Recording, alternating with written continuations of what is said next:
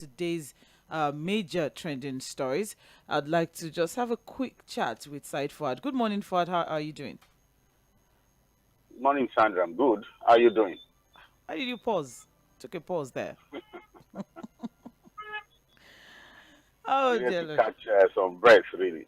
It's Oh, been a really? very busy morning for me, really. Really? Having to check and recheck some facts. Oh, So, that's interesting. I'm currently looking at our dear friend right now on TV, trying to, give some update or some analysis as regards Port Harcourt refinery. okay. I've brought out my Ashwebi, and I don't know. Are we? I hope your Ashwebi is still okay, still fine, still doing good. I will try and see whether I can fish it out. They've disappointed us. Look at that. That's Is amazing. that Adiola Yusuf or who is on TV? It's Ajala Yusuf, Team Lead Platforms Okay, Africa. okay. It's currently on All TV right. at the moment, TVC to be precise. Okay, all right. Yeah, having a conversation as We'll have regards him, Port really. Harcourt. We'll have him, Yeah, I think. We'll of have him course, on Monday. definitely. He also needs to come and tell us what exactly is going on.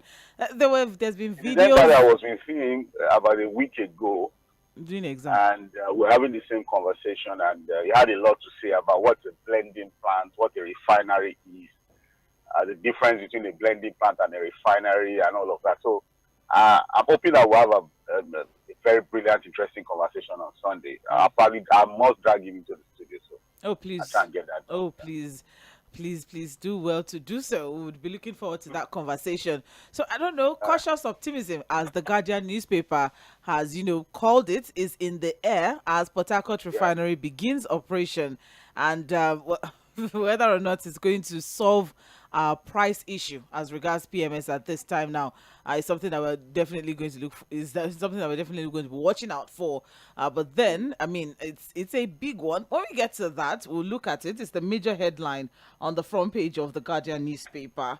And yes, I mean, it's the major headline on both Vanguard and the Guardian newspaper. the Guardian newspaper. Yeah. Yes, Yaya Bello and EFCC are still slugging it out on the front page of the Punch newspaper. So when we get to that as well, we'll look into it. Before we get into other stories, Fuad, the economy of the country is in shambles, says David Adeleke, popular Afrobeat musician, on an international platform. Until now, it's still a major story across mainstream media, even on social Yeah. media as well. People are saying a lot. There's been a lot of reactions. A lot of people are angry with the fact that, hey, we don't wash our dirty linen in public. Or, some people are with, well, is the linen not dirty? Is it dirty or not? Or do the public, or does the public know the linen is dirty or not? They know. So what's the point of, trying to shield it or whatnot? So, I mean, the reaction has been crazy, as regards David O's, statement. Some people are of the opinion that, I mean, this is mega superstar David O, who in one way or the other has also contributed to the economy of this country, has contributed to the image of this country, collaborated with a lot of international artists, and also has a stake one way or the other. He's a political elite. His uncle, his direct uncle, is a governor in the southwestern part of Nigeria, and then is He someone had a who, former uncle too. He late. I yeah, was also yes, a governor. his uncle, his late uncle rather, his late uncle was also a former governor, all in same Osun state.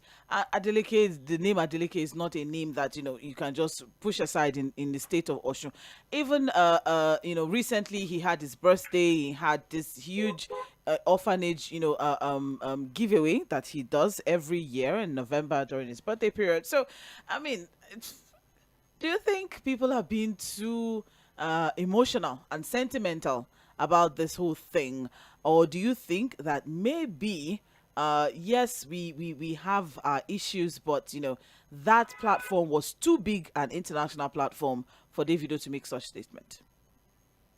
Well, we're people that like to live in denial. We are also very good at deceiving ourselves. We pretend about what is clearly obvious. And I think in our own little mind, for those who think the video has done anything wrong, they think the international community does not know us. So whatever the video says is the standard by which they will measure their perception of Nigeria. The reality is that, look, collectively as a people, we need to decide whether whether we want to tell ourselves the truth or continue to tell ourselves the truth or continue to lie about our situation. The reality is that, look, we should even commend people like Davido, who are not afraid to say the truth, whatever platform you put in. And to think that, look, global perception will be of how your country is perceived will be determined by what a superstar musician says. For me, it's just you not understanding how this thing works. These are guys who have their ambassadors, Sandra. They have their own people here.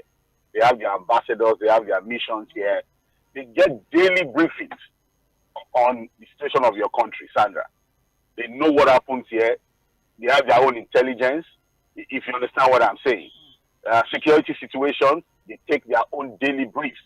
And also that's why if anything happens, they are able to quickly give intelligence to their own people in your country to either leave, evacuate, or look for safe areas to take care of themselves, if you understand what I'm saying. So you don't think it's all about Davido and then you want to crucify the young man for just saying the obvious. We all know what our economy is today. And if you talk about global reputation and people who have done very well to put Nigeria on the global scale as a country of talent and people of high standards, Davido has to be one of them with what he has done so far in the music industry on the global stage. So for him to come out and say what is currently obvious, which is the reality of other Nigerians, so instead of addressing the issue, we are now parabolating and then Davido is the problem. I don't know really where that is coming from. Like I said, we are just the people that like to deceive ourselves. We are people that like to live in delusion about the obvious. And I'm not going to be part of those kinds of people. The reality is that the economy is struggling. And to have used the word shambles, for me, it's not inappropriate. So if anybody has a problem with that, they should go and say their own when they get on the global stage. All right, then. Thank you very much, Said Fad. Someone even mentioned that, he said the economy, he didn't say the entire country. So let all of us let's take a chill pill. Because okay, let us look at the metrics. Let's look at the figures. Statistics. The figures. An economy that took our currency against the dollar from about 700 naira to now 1,007 and something. Is that economy not in shambles? No. Hold on. What? 700 naira from where? The Buhari administration left a 200 naira to a dollar difference. No. When Buhari was going to leave, it was around 750, 700, 750. We're not close to 500. No. For the dollar, no, you have to recheck that. It was around 700, 750 to a dollar. All right. Okay. When he was leaving. Okay. I remember clearly. I think around December of that same year, it was already exchanging for around 900, 950, close to 1,000. If you remember, that was when we're saying, oh, God forbid, we will not enter 1,000. If you remember. That was from May. That was from around May. That's what I'm saying. Buhari administration. No, when he was leaving, I'm saying at the point he was leaving, we already all right, yes. Okay. You understand? Yes. So, and then we're all saying, God forbid, we're not going to get to 1,000, blah, blah, blah. I think by December, January, we got to 1,000, and look at where we are today, 1,750. We're hoping that it will not go further than that. So if a young man on that basis alone says the economy is in shambles, can you blame him? If you think the economy is not in shambles, based on your own reality, must you crucify a man? Maybe because, they said it's okay, his father has a blah, blah, blah, and all of that. And so, you didn't lie because we should even encourage and commend people like that who are not actually struggling. If you look at his own economy and all of that, but can say, look, if generality of Nigerians today cannot afford 3 square meals or even 2 meals per day, if a lot of Nigerians are still living below the poverty line, if over 130 million Nigerians are faced with multidimensional poverty, if farmers cannot go to farm, you understand what I'm saying? If we have this high deficit when it comes to our infrastructure, the health sector is in complete comatose, education is in complete comatose, and then it says that, look, the economy is in shambles, and then somebody will somewhere want to crucify him for saying the truth. Well, what kind of people are we? And to think that those people don't know us is the worst form of tomfoolery that anybody can have in their brain. So let's tell ourselves let's sell ourselves high if that's the case. It's an international platform. But then there's just so many things. Aside from, the obvious, which Fuad had stated, the depreciation of the Naira, we also have our inflation battle. All right. We also have that. We also have, purchasing power of the average Nigerian at this time now. And there's just so many things, and then we also have the Japa, situation as well. There's just a lot. Sandra, the idea of your youth, the best of your brains, all teachers, nurses, medical doctors running out of your country as if it's a war situation. What does it tell the international community? Is that a Davido problem? It's okay. The fact that your grid, your national grid, keeps collapsing. He should, that it was an international platform. He should have, that he demarketed. And I'm wondering, really? Davido, who sells out, tickets at his concerts, and brings attention to Nigeria. The biggest sporting event as a Nigerian. He also sang at the World Cup last year, and then all of a sudden he is demarketing Nigeria because he decided to bear his mind. It's an interesting. So what they expected him to say at that time? Oh, the economy is working, everybody is happy. No, maybe he should have said, we have our challenges, but we are working on it. How would you know if they are working on it? It's not a part of the government. Or how would he say that we are working on it? Is it a part of the government? Let's move on to other stories for just a minute, Sandra. Just a minute. It was the same thing when I think the Nigerian Labour Congress, shut down the national grid when they went on strike, and you had some of these people coming to bang their heads, shout, and begin to threaten. Oh, it must not touch our grid again. That's sabotage. It's a security killing. And I told them, I said, you are going to kill the NLC people now for shutting down the grid for a few hours because they felt the government was not listening to them. Okay, Sandra, the grid that has now collapsed 10 times in how many weeks now? So who are they going to hold responsible for that? By its own self, the grid keeps collapsing, and we have about 10 times collapse this year alone. So who's going to be held responsible for that? All right, then. Thank you very much, Saidfad. The conversation continues, of course, as regards, Davido's statement and as regards whether or not the economy is in shambles. Maybe the word is too harsh for them. Maybe you should have used, the economy is bad. So what's the word I should have used? The economy is bad. That shambles just made it. So bad and shambles. What's the difference? Shambles is very harsh. When it's bad, it's in shambles.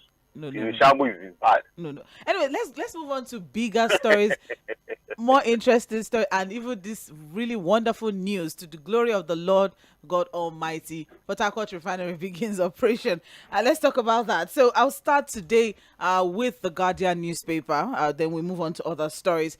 This is Milan 98.3 FM, and you're listening to Trends in the Papers. We are live on Facebook and YouTube at Milan 98.3 FM. That's the handle to look out for. Yes, we are back. So you can join the program via Facebook and YouTube platforms, or you can download the Radio Guardian app on your phone and you are good to go. Or you can visit our website at www.mainlandfm.com and you can listen live. Okay, so let's start with the Guardian newspaper. The major headline: cautious optimism over cheaper fuel as Port Harcourt Refinery creates rivalry. So the story is on page 6. Excuse me. The story is on page 6 of the Guardian newspaper. We have riders here. Worries over quality. Why? Don't continue now. Look at my energy just dropped. I don't like this, please. Worries over quality trucking as NNPC resorts to PMS blending. I'm so sorry. Please. Sorry for the laugh. Tinubu stakeholders Lord NNPCL demand speedy attention to Warri and the other refineries. 200 trucks to offtake 5.9 liters daily. Is it combined 5.9 liters or per truck 5.9 liters? We'll get to that. Million liters? Million liters, yes. 5.9 million liters. That's a, I don't know. Okay, well, the capacity is also very important. 200 trucks. If they're going to be doing 200 trucks daily, and an average truck is about 30,000 liters, I think that's how they're able to arrive at that figure. Okay, well, it's which of the Port Harcourt refineries? They have the capacity to do about 200 trucks daily, so it's okay then. Do it with, All right. Rocket Reduction power in back. pump price of petrol may be or may remain a mirage despite the resumption of the long-awaited Port Harcourt refinery, as questions over the quality of the product and also the emergence of the competition between Dangote and NNPCL will dominate the market. And so many reports as regards, after failing to come on stream in 2023, remaining dormant for 1 year after it was initially reported to have received mechanical revival in December last year. NNPC has commenced loading petroleum products at its facility as the old assets, 60,000 barrels per day. Okay, now I understand. Okay, 60,000 barrels per day refinery has commenced operations. Most stakeholders applauded the development, but even as the president, who has faced backlash as regards escalating energy prices, also lauded the achievement, and he has also demanded expedited work on the second Port Harcourt refinery as well as Warri and Kaduna refinery. But the issue here now is that NNPC may only be refining largely diesel from the old facility, with possible challenges with the quality of products from the facility. The refinery currently does not have a desulfurization plant to meet the extant requirements that only permit 50 parts per million. Okay, so they released a press statement. The refinery will produce straight-run gasoline, naphtha, which will thereafter be blended into 1.4 million liters of PMS. That will now produce 900,000 liters of kerosene and then 1.5 million liters of diesel. And then you also have the LPFO, that's low power fuel oil, 2.1 million liters of that. So the daily output therefore stands at 5.9 million liters, and that's not on PMS. That's across all refined products that will be coming from that refinery. And they also added that the refinery also incorporates crack C5, which is a blending component from Indorama Petrochemicals, formerly Eleme Petrochemicals, to produce gasoline that meets required specification. So by implication, NNPC will only be meeting about 2.8% of local demand for PMS in the country, which currently averages 50 million liters per day. So by requiring additional efforts to blend with a low output, the refinery may also struggle to operate profitably, as the sulfur content of the products remains an issue. It's just a lot from this.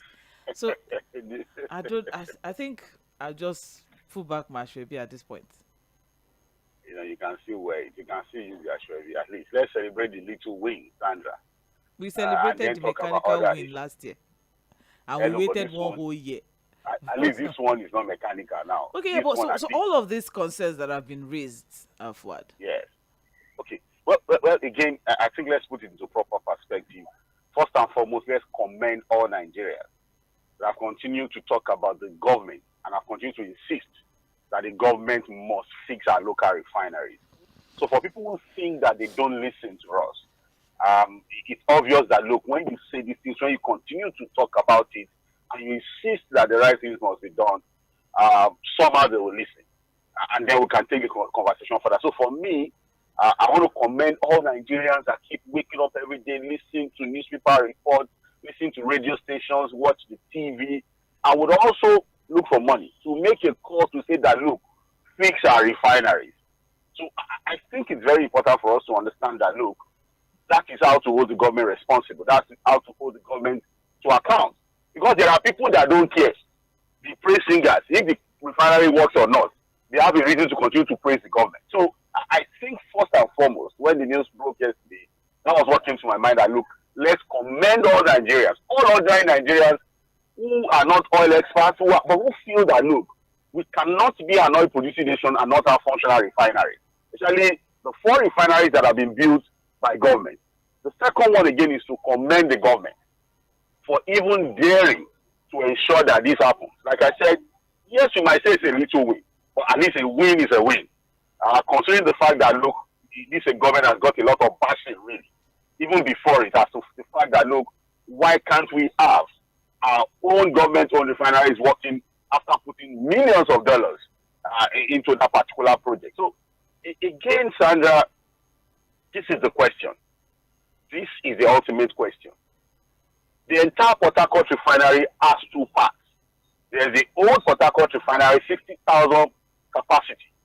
And then you have the new Port Harcourt refinery that has 150,000 barrels refining capacity. What we have fixed that is working now is the 60,000 barrels capacity refinery, which is the old one, the smaller old one. The 150,000 barrels, we have not even touched that one. We're not even near that one yet. It's still there. So whatever we're doing now, whatever we're celebrating now, whatever hope we're having about the Port Harcourt refinery is still on the old 60,000 barrels per day refinery. These are the issues, Sandra. This is not the first time that refinery has been fixed. And we are told it starts working and then it collapses again. So we need to ask ourselves, what does the government want to do to improve on what we have achieved so far, so that we don't go back to the days where they now say again, something has happened, the refinery is not working again? How do we sustain and improve on this achievement? If you understand what I'm saying. So it's not for us to go into the celebratory mood and forget that there's still a lot that has to be done. If you understand what I'm saying now. Yes, the little win that should be celebrated, because it gives the government some leverage now to also at least celebrate something and say that, look, some of the results of what we are trying to achieve, you can see.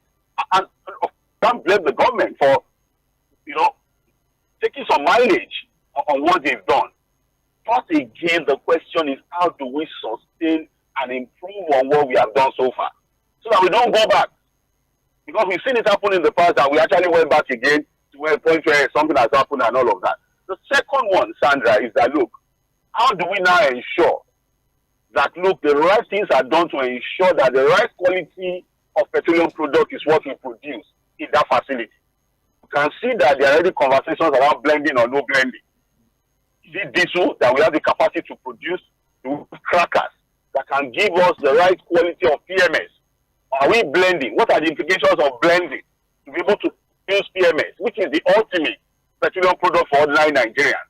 You understand? So, again, regulatory issues that we need to continue to talk about, and that's why we would have to engage experts, really, to come educate us on this idea of blending or no blending.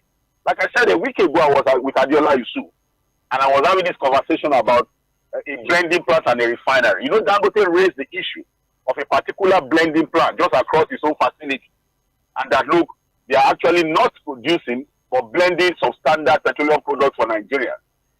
So instead of trying dragging Adeola Yusuf, I'm also hoping that I'm also bringing another oil expert, at least somebody who is in the field, who is not just an energy journalist, to explain to us what is this whole blending conversation that you've seen with even this Guardian newspaper report. Because again, whether we like it or not, it's not just about having a refinery. We also have to look at the quality of products that are being sold to other Nigerians when it comes to what we have in that particular facility.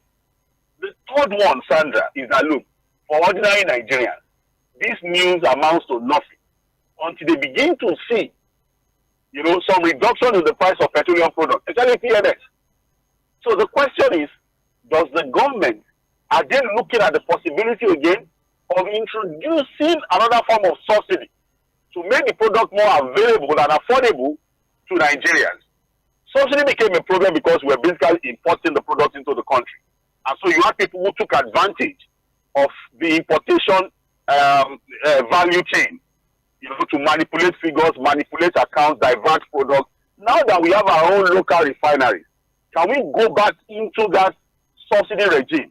Now that I think if you produce locally, you can better monitor the subsidy regime, monitor accounts, monitor how products are being delivered to, bring some form of relief to other Nigerians. Because for the Nigerians who keep shouting about us repairing a refinery, it's not just about making the product available. It's also about making the product affordable. I'm not going to buy the idea that competition would automatically bring down the price of the product, Sandra. For the product to come back to a point where Nigerians are more comfortable to be able to afford it, the government has to intervene. So that's also one question that I personally think we should begin to engage the government with. What do you want to do beyond this deceitful rhetoric of competition bringing down the price, to come in to intervene, to now run a proper subsidy regime that can make the product more affordable to other Nigerians, So a lot of issues around this particular news, but a lot that still have to do. We still have the Warri refinery, we still have the Kaduna refinery, we have the new Port Harcourt 150,000 barrels per day refinery that still has to be fixed. Then going forward again, Sandra, do we want to concession this facility? Because again, the problem is also in the way we manage this facility. Anything that is managed by government, we know where it ends.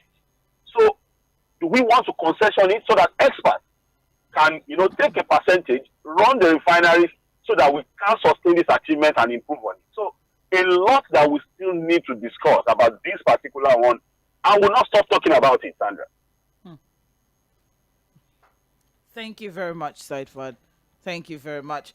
Very, very apt. And there's still a lot more to discuss on this particular story as regards, whether or not this Port Harcourt refinery will create some, sort of competition with the Dangote refinery, saying that, and also the fact that 60,000 barrels capacity refinery cannot compete with 650,000 barrels. Well, don't let us deceive ourselves. That's what the president is really optimistic about. Said that, if we fix the other four, the other three, maybe we'll see some form of combined efforts of all of them. It's all right. Maybe. And then if other private refineries also come upstream, then we can be talking about competition. But for the old Port Harcourt who want to compete with Dangote, I doubt, unless really the government wants to. Again, it can only produce what it can produce, really, says Sandra. It doesn't have that capacity to really compete, actually. But of course, it will help, but not compete. Well, we're also looking at that statement. Excuse me. Oh, dear Lord. We're also looking at that statement from the president that Nigeria will now transition from being a net importer of petroleum products to being a net exporter. We are jumping the gun, Sandra. We actually, that's the problem. When we jump the gun. So let's not take a chill pill. It's okay. We just did one also now. NNPCL or the president. So. It's the NNPCL GMB that GMB CEO that's always been saying that. GCU. And I think he should first keep his eyes on the ball. We've done one. We still have three. The three bigger ones, because the entire three are still bigger than the ones we fix now.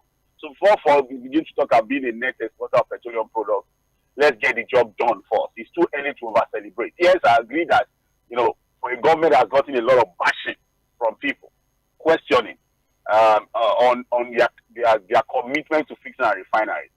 This is enough for them to want to leverage on and celebrate. It's a big mileage for them.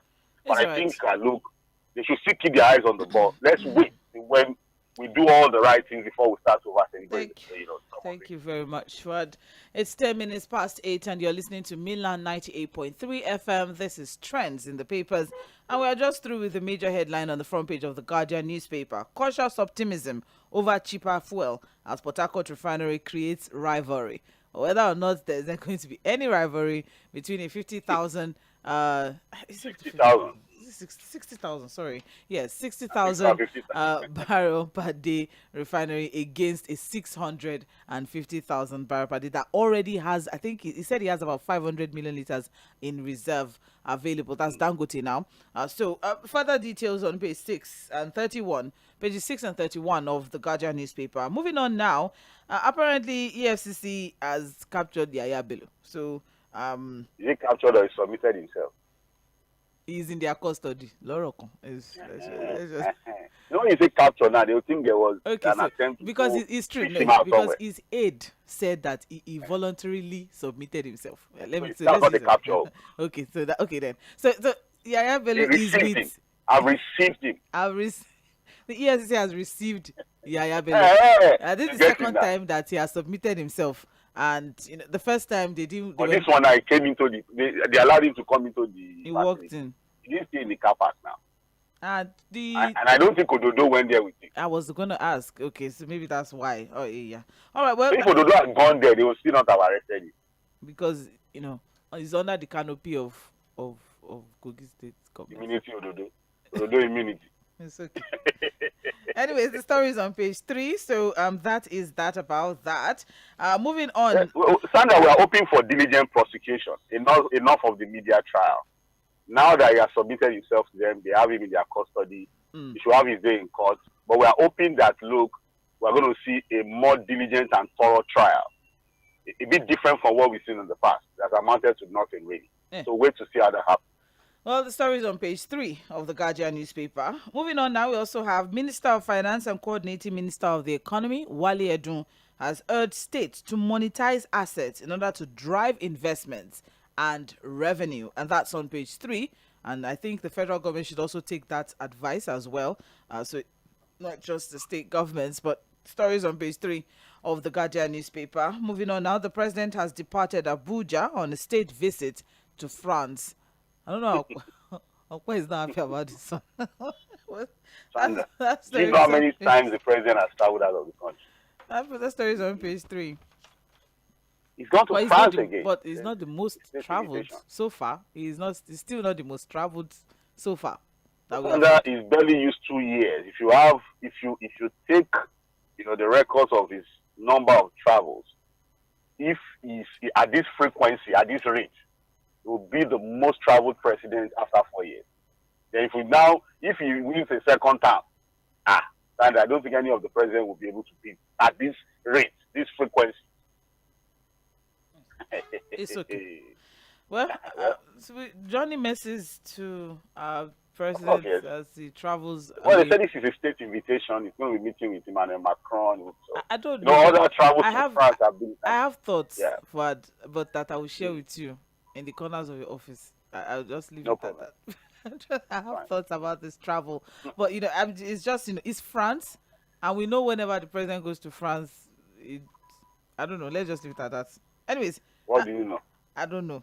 The president has also formally requested the Senate to confirm the appointment of Lieutenant General Olufemi Oluyede as substantive Chief of Army Staff, and that was read by Senator Godswill Akpabio, the Senate President. The President also extended best wishes to former Vice President Atiku Abubakar, who marked his 78th birthday on Monday, recalling many special moments. 78. Wow. Recalling many special moments he shared with. Yes. And by 2027 he'll be 81, and whether or not he'll run, whether or not he'll take the advice of Body Judge or not. It's not about Body Judge, because again that Body Judge advice comes with all manner of I don't know, but I think it's just an advice. The right thing for. I think Alhaji Atiku Abubakar should advise himself and look at his age. I think just be a statesman to look at how to support somebody a bit younger. Biden is well over 80. Sorry? Biden is well over 80. And you can see the results now. Can you see the results? Was it not the reason why they have to tell him to step down? Well, not run again? Let's move on to other stories here. We have amid soaring food prices, Aiyedatiwa backs Tinubu's economic policies, and that's on page 6 of the Guardian newspaper. We also have here former President Olusegun Obasanjo says some people want me to die, and that's on. Who are those people? Why? Our own neighbor, they are not serious. That's very, very wrong. And the man sounds bad about it. Somebody told him that they are spreading the news on social media. Why would anybody want me dead? I'm surprised that Baba is so concerned that people are spreading the rumor of his death on social media. Because I think an Ebola should not even care. Would there be? But it's sad really to spread such rumors. Mike Adenuga too has something similar. Do you know this? They spent almost an hour trying to defuse that particular one on Monday on a particular TV station. I think they have to even bring Ebenezer Obey to sing. To sing and to say a lot of things that the man is still alive. But the interesting part about that particular one is the fact that the man is still alive, but there was no picture of him, there was no video, as in a recent video or something that people can say, we are seeing him, he's alive. Just like what. So what are you saying? I'm moving on from that. So just like what Obasanjo did, in 2000 and when now, where he called, they say you're dead, speak. I said, Baba is well and alive. Obasanjo. That's why I said I don't know, and I had to even share the news with my family members. They are very. I didn't see that on social media. I don't know if maybe you saw it. I'm surprised that Baba raised it himself. I didn't see that on social media. I've not People seen are that. spreading the. I've not. Baba himself said it. He saw it on social media. So maybe his media team, they are suspecting things and they just had to tell him. No, but he said he also had to check on social media. I saw that news. I've not. But I didn't see it, So, But again, please, Baba is alive. nobody should wish anybody death. Even the fake news of saying somebody is dead. When, this social media thing, Sandra. All these bloggers. Very, very careful. All right. Well, also on the front page of Guardian newspaper, private sector groans as CBN raises interest rate to 27.5%. That's a very unfortunate one. I think it's something that was expected. 27.3, right? About 25 basis points. From 25. No, from 27.3 to 27.5. 27.5. So that's what we have now. It's really unfortunate. So we are looking at a 30-something% interest rate for businesses. Commercial banking, businesses that are already, struggling at this time now. Sandra, I don't know. Again, I don't know the model, what's going on. And that's why experts are questioning this idea of whenever the MPC meets, the next thing is to raise interest rates. No, Fuad, so what is intended to achieve? The thing is, textbook-wise, okay, theoretically speaking, all right, to fight inflation, to battle inflation, the best way to do it, okay, is to actually increase the MPR. Let me ask you, Sandra. Let me ask you. But there's a but here. The peculiarity of the Nigeria economic climate is different from textbook or from what the theory that did not put into consideration. Let's do the textbook analysis first, before we even talk about local peculiarity. I'm with you. When you raise interest rates, why do countries raise interest rates? About not the general assumption of trying to fight inflation. What indices of inflation do you try to fight by raising interest rates? Too much money in circulation. Too much money in circulation. People have. Is that the reason for our own inflation? So that's where we are going. So if they understand, if only they understand, and that's why some experts have. And you think they don't understand this theory that they just keep holding on to, that this is the best that they can do from their own end, and then you also have some people on one corner saying that no, the government also needs to do some fiscal collaboration or some fiscal synergy is also. And the question is, do we have too much money in circulation? That's the question. And is that the reason for our own? And if you look at what I think some of these experts are saying, energy cost of production, food, all of these other indices which are more fiscal policies, what exactly are we doing about them? So that's another angle to it. Number one is the reason for inflation. What's the reason for inflation? Because a lot of people also probably wonder what exactly is, even a lot of people still don't understand, when we keep talking about inflation, what is inflation and how does it affect the economy, all right, at this time now. And it's just very, very simple. Inflation is the rate at which prices, of products or prices of things increase over time, all right. And at this point now, how it increases in one way or the other, because it increases the cost of living in the country, all right. But then it just normally it's just supposed to be a demand issue, all right. But now we are having a supply issue, and that's what the MPC is supposed to concentrate on. And then you also have the government, the fiscal side as well. On one side, is also supposed to reduce spending and there's just a lot that is supposed to go into this. But it just seems that the CBN is alone in trying to fight this thing. That's the argument now, Fuad. That and should it be a lone fight? That's the point. So that's the point, because the CBN seems to be the one that is the only one fighting inflation. Fighting inflation with the wrong metric. That was another conversation. But so if even the low fight is a faulty fight. It's a wrong fight. And to think that what will now be happening to businesses that would have to approach the banks for loans that now shoots well above 30%. The consequences are, but again, we're going to have this continuous back and forth now. So, but I know that every time the MPC meets, they do the same thing over and over again, and you ask yourself, if you've been doing something over and over and it's not solving the problem, so why do you keep doing it? Anyways, just as we have also highlighted here, the issue with inflation is, what causes inflation is demand. Is usually a demand issue. But here in Nigeria, what's causing our inflation is supply issue. Okay, so if we can just turn around and just maybe the MPCs should probably just take a chill pill and hold on and let the government do their own part, which is the fiscal policy, and try to combat it. Because, like you said, I think in their own assumption, I don't know where the analysis is coming from. They probably think that there are too much money chasing fewer goods. And you ask yourself, it's not about the money. It's about the fact that, look, when the goods even come, like you said, they can't buy it. People can't even afford it. So it's not like they because don't to like produce them to get them done. Yes, thank you. That's cost of production and all of that, energy cost, these things, insecurity, those are the issues. All right. Well, that's the unfortunate situation now, and businesses are steadily struggling because they are already in an economic climate or in a business climate that is designed for them to fail. Okay, because you have the power problem, you have